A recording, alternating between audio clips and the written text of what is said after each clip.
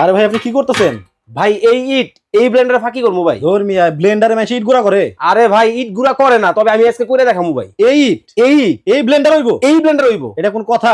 আরে ভাই কথা মানে এটা কইরা দেখাইলে তো হইব। দেই দেখান তো দি। এই যে এত বড় ইট তো এটার মধ্যে ঢুকবো না। না ঠিক আছে, এই যে এটা এখানে রাইখা দিলাম। আচ্ছা এগুলা কি এই ইটই তো নাকি? ইট, হ্যাঁ। এই ইট কিন্তু আমি আর ফাঁকি করবো। এই যে দেখেন মানে আপনার ব্লেডটা গেল।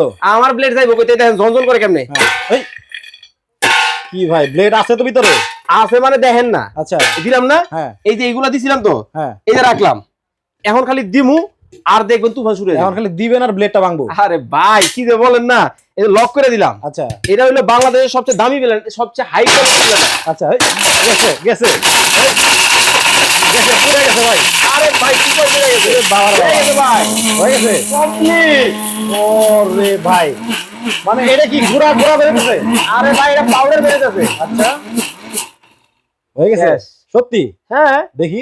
এই যে দেখেন খুললাম, খুলতেছি, আচ্ছা দেখেন কিন্তু। হ্যাঁ। হাই হাই হাই হাই, এটা কি আপনার মোটর পুরছে নাকি? আমার মোটর পুরে নাই ভাই, এটা পাউডার হইছে না। হ্যাঁ এই পাউডার হয়ে গেছে দেখেন। দেখি দেখি দেখি। হাই আসলে হয়ে গেল।